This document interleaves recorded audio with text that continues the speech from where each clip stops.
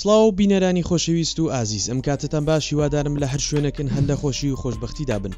بینەرانی ئازیز، لە بابەتی ئەم جارەماندا هاتوونەتەوەلاتان بۆ خۆشترین یاخود ناوازەترین فیلمە کوردیەکان کە پێم خۆش بووکەوە لە بابەتی ئەم جارەماندا سەبارەت بە فیلمی کوردی هەندێک وتوبێش پێکەوە بکەین. هیوادارم لە درێژەی ڤیدیۆکە هاوڕێمان بن. با دەست پێ بکەین.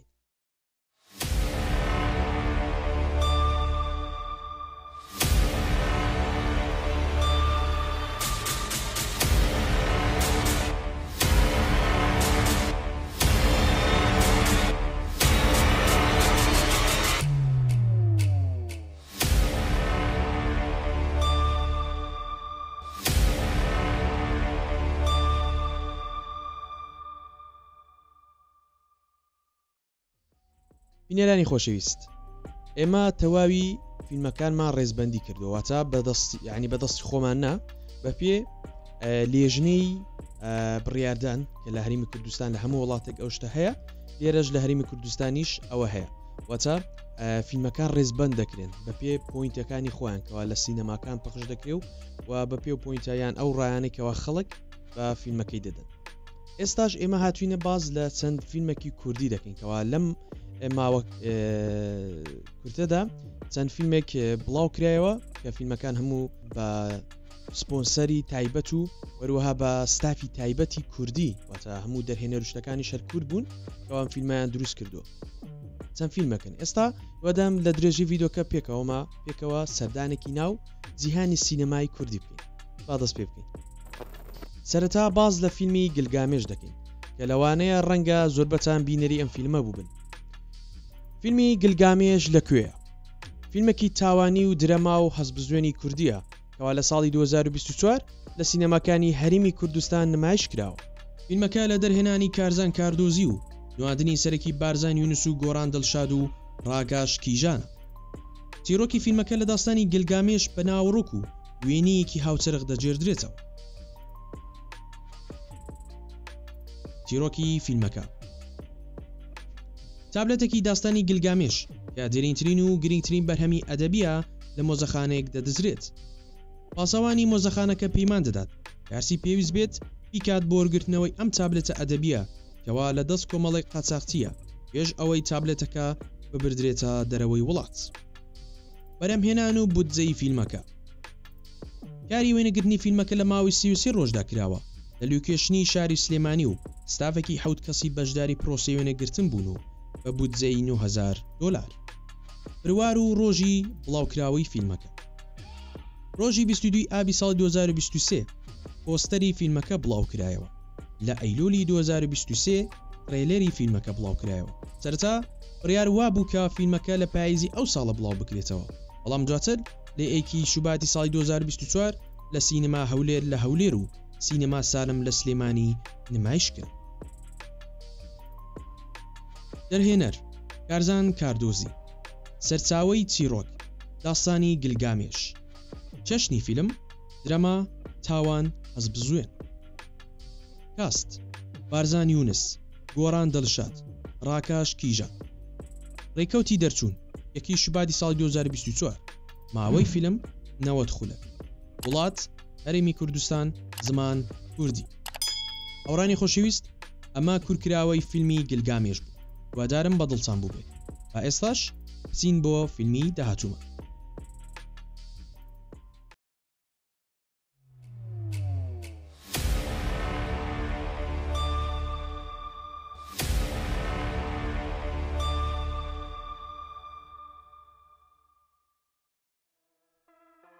فیلمی کفن، چیرۆکی سەرەکی.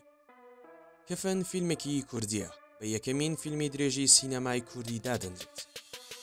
لە چیرۆکێکی ڕاستیەوە وەرگیراوە باسی نوشتە و جادوو دەکات لەلایەن ئاڤە میدیا و کۆمپانیای میترۆنۆ پرۆدیکشنەوە بەرهەمهێنراوە. چیرۆکی فیلمەکە لە ساڵانی 2000دا چەند خێزانێک لە شاری سلێمانی بە شێوازی جۆرا و جۆر خەریکی تۆمارکردنی ڤیدیۆ و ئەرشیڤکردنی یادەوەری خێزانەکانیان بوو. پەری کە لە سەرەتای چەمەنی هەرزەکاریدایە تازە هاوسەرگیری کردووە. دایکی کاتێک زۆر بچووک بوو کۆچی دوایی کردووە بۆیە هەموو ژیانی لەگەڵ خاڵۆزا و ئامۆزەکانی بەسەر بردووە. خاڵۆزا و ئامۆزاکەی هاوسەرگیریەک لەگەڵ کەسێکی دەرەوەی خێزانەکەیان ڕێکخستووە کە دواتر کێشەی بەرچاوی لە ژیانی ئەو هاوسەرگیریەدا دروست دەکات. ئەم پرسانە لە کۆتاییدا پەری ناچار دەکات کە سەردانی ئەرشیفی خێزانە کۆنەکەی بکاتەوە بۆ دۆزینەوەی ڕێگایەک بۆ چارەسەرکردنی کێشەکانیان، بەڵام دواتر بەهۆی ئەوەی پەری زۆربەی جارەکان بەتەنها لە ماڵەوە ئەمێنێتەوە هەستی بەوە دەکرد کە شتێک لەگەڵیدایە لە ماڵەکەیدا. لە دواتر دەردەکەوێت پەری نوشتووی لێکراوە و جن دەستیان بەسەر لاشەیدا گرتووە. زانیاری زیاتر: سروشت حەبەڕەش دەرهێنەری فیلمەکەی و چەندین ئەکتەری دیاری کورد ڕۆڵی تێدا دەژێڕن. لە 22 ئاب لە سەرجەم سینەماکانی هەرێمی کوردستان نمایش کراوە. دەرهێنەر: سروشت حەبەڕەش. کاست: نزار سەلامی بە ڕۆڵی گۆڕان، تریکا ئەباڕەش بە ڕۆڵی پەڕی، کارۆ سەوزا بە ڕۆڵی هیوە.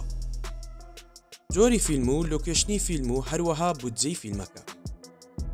بڕواری بڵاوکردنەوەی 22 ئابی 2024 هەرێمی کوردستان، عێراق. وڵات: عێراق، هەرێمی کوردستان. لۆکێشن: سلەیمانی، زمان کوردی. جۆری فیلم ترسناک.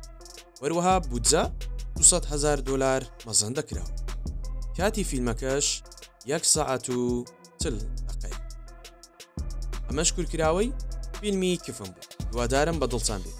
بۆ بینەری تەواوی فیلمەکە دەتوانن بۆ خۆتان سێرس بکەن لە گۆگل و بەدۆیدا بکەن. هاپچینە سەر فیلمی داهاتوو.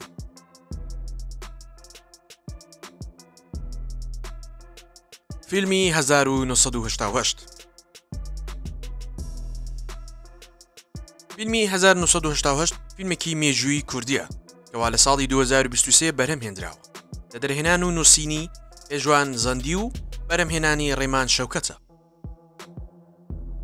ئەکتەران: شەماڵی حەبەڕەش، حەمید یوسف، ئەیام ئەکرەم و قادر جەلال و دڵنیا محەممەد ڕۆڵی تێدا دەژێڕن. فیلمەکە باز لە کمیابارانی هەڵەبجە دەکات.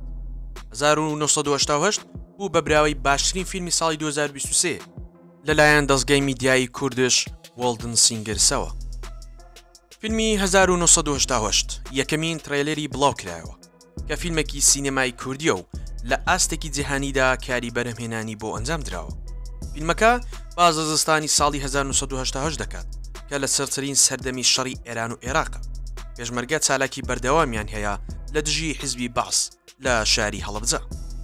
لە فیلمێکی فرە چیرۆکیدا چیرۆکی جۆراوجۆر لە کارکتەر و بنەماڵە جیاوازەکانی هەڵەبجە دەژێڕێتەوە، لەوانە حومەری خاوەر. هەروەها چیرۆکی پێشمەرگەیەکی شۆڕژگێر کە لە کاتی یەکێک لە چالاکەکانیدا لە ناو شاری هەڵەبجە عاشقی مامۆستایەکی قوتابخانە دەبێت. ڕاستی ڕووداوەکانی ئەو سەردەمەی هەڵەبجە لە ڕێگەی چەند چیرۆکێکی سەرنجڕاکێشەوە دەژێڕێتەوە لە 1-2 مانگ پێش بردومانی شەڕەکە هەتا ڕۆژی 16 ئازاری ساڵی 1988 ئەو ڕۆژەی کە هەڵەبجە بە چەکی کیمیایی بردومان کرا. بە وردەکاریەوە تاوان و جینۆساید بە چەکی کیمیایی دوش بە خەڵکی سیڤیلی هەڵەبجە نیشان دەدات. ستافی فیلمی 1988 لە دوو بەش پێک دێت. بەشێکیان سینەماکاری ئەکادیمی کوردی هەرێمی کوردستان و بەشەکەی تریش کەسانی خاوەن ئەزمون و بەناوبانگی وڵاتی ئێرانن لە کورد و فارس. فیلمەکە لە نووسین و دەرهێنانی هێژوان زەندیە و بەرهەمهێنانی ڕێمان شەوکەتە. هەروەها کاری بەڕێوەبەری وێنەگرتن لەلایەن هۆمان بێهمانشەوە بۆ ئەنجام درراوە. سیناریۆی فیلمەکە لە دوای چەند مانگێک توێژینەوە و گەڕان لە ناو شاری هەڵەبجەدا نووسراوەتەوە. ماوەی پێش بەرهەمهێنان و ئامادەکردنی پری پرۆدەکشن 7 مانگ بوو. ماوەی وێنەگرتن 45 ڕۆژ بووە. شوێنی وێنەگرتنی فیلمەکە لە ناو شاری هەڵەبجە و دەوروبەریدا بووە. فیلمەکە بە ئامێر و کەلوپەلێکی وێنەگرتنی ئازبەرزی سینمایی بەرهەمهێنراوە. بودجەی فیلمەکەش زیاتر لە $1 ملیۆن بووە.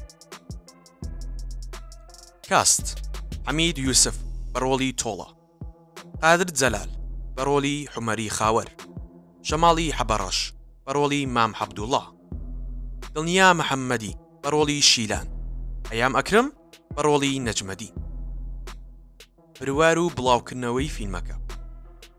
یەکەم ڕۆژی نمایشەکە لە 2 تیشرینی یەکەمی ساڵ 2023 لە شارەکانی سلێمانی، هەولێر، کەرکووک دهۆک هەڵەبجە و کەلار بوو لە ڕۆژانی داهاتووشدا لە سۆران چەمسەماڵ هەڵاتزێ کۆیە نمایش بەردەوام بووە هەروەها ماوەی فیلم 8 خولەکە و وڵات کوردستان زمانی فیلمیش کوردی فارسی عەرەبی وروە هەروەک ژووتمان پێچووی فیلمەکە 1 میلیۆن دۆلارە هاوڕانی خۆشەویست ئەمەش کورتکراوەی فیلمی 1988 کە فیلمێکی ناوازەی کوردیە کە بۆ یەکەم جار لە هەرێمی کوردستان بەرهەم هێنراوە هیوادارم بچن بینەری بن ئێستاش بۆ فیلمی داهاتوومان بەڕێ بکەوین کیسەڵەکانیش دەفڕن فیلمەکە لە ساڵی 2004 لەلایەن بەهمن قوبادیوە کاری نووسین و بەرهەمهێنان و دەرهێنانی بۆ کراوە فیلمەکە سۆران ئیبراهیم ئاواز دەتیف هێرش فەیسەر ڕەحمان ئاژیل زێباری ڕۆڵی سەرەکی تێدا دەژێڕن چیرۆکی فیلمەکە دەربارەی 3 منداڵی پەنابەرە لەسەر سنووری نێوان عێراق و تورکیا کە چاوەڕێی ڕۆخانی سەدام حوسێنن فیلمی کیسەڵەکان دەتوانن بفڕن دەرهێنەر بەهمەن قوبادی جەنگ دەتوانێت دوو وڵاتان وێران بکە و گیرفانی بازرگانەکانیش ئاوەجان دەکاتەوە جەنگ دوو خانەوادە لەسەر زەمین دەسرێتەوە و منداڵی هەتیویش بەرهەم دێنێت جەنگ هەم ئەندامەکانی لەژ لە مرۆڤەکان دەستێنێتەوە و هەمیش جێگرەوە و کەلوپەری دروستکراوی نازیندوو دەخاتە شوێنیان لەوانەیە زۆر بەمان کیسەڵەکان دەتوانن بەفڕنی بەهمەن قوبادیمان بینی بێت بەڵام چەندمان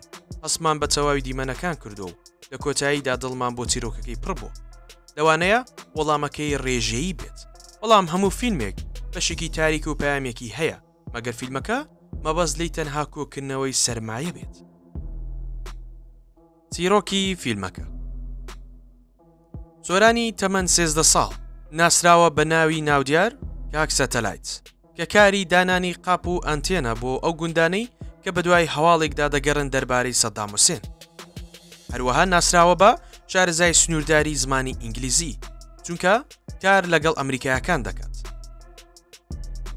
لەسەر کەمپی پەنابەرانی کورد لەسەر سنووری نێوان عێراق و تورکیا کوڕە سەتەلایتێک سەرکردایەتی منداڵەکان دەکات هەر بۆیە داوا لە منداڵەکان دەکات یاخود فەرمانیان پێدەکات تاکو ئەو شوێنانی کەوا مینی لێچێنراوە کۆیان بکەنەوە و مینەکان دەربێهێنن بۆی کە بتوانن لە بازار بیان فرۆشن و سەتەلایت بۆ هەموو خەڵکی گوندەکە دابین بکەن فیلمەکە تا ئێستا زیاتر لە 100 فیستیڤاڵی نێودەوڵەتی فیلم لە ئاستی جیهاندا بەشداری کردو و زیاتر لە 50 خەڵاتی جیهانی بەدەستهێناوە بەم دوایانە لەلایەن ماڵپەری سینەمایی ستار لۆکال میدیا لە ڕێزبەندی 30 فیلمی جیهانیدایە کە دژی جەنگ و شەڕن بەرهەم هێنراوە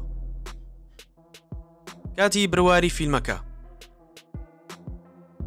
دەی ئەیلولی ساڵی 2004 لە تۆرێنتۆ هەژدەی شوباتی ساڵی 2005 ویلایەتە یەکگرتووەکان 23 شوبات ساڵی 2005 فەرانسا ماوەی فیلم 97 خولەکە وڵات ئێران فەرەنسا عێراق زمان کوردی وەروەها تێچووی فیلمەکەش 1 میلیۆن دۆلار مەزان دەکرا هاوڕانی خۆشەویست ئەمەش کۆتا فیلممان بوو لە زیندیرەی باشترین فیلمە کوردیەکان هیوادارم بەدڵتان بوو بێت زۆر سپاس کە تا کۆتایی ڤیدۆکە بینەر و بیسەر بوون هیوادارم ڤیدۆکە زێ ڕەزامەندی هەموو لە یەکتان بوو بێت تکایە بۆ بینینی ڤیدۆی لەم شێوە هیوادارم کۆمنتی خۆتان کە سەبارەت بە بۆچوونی ئەم فیلمە و ڕاو پێشنیارەکانتان لە کۆمنت پێمان بڵێن و واروەها بەلایکردنی ئەم ڤیدۆش دڵخۆشمان دەکەن تا ڤیدۆیەکتر و بابەتێکی دیکە بەخوای گەورەتان دەسپێرم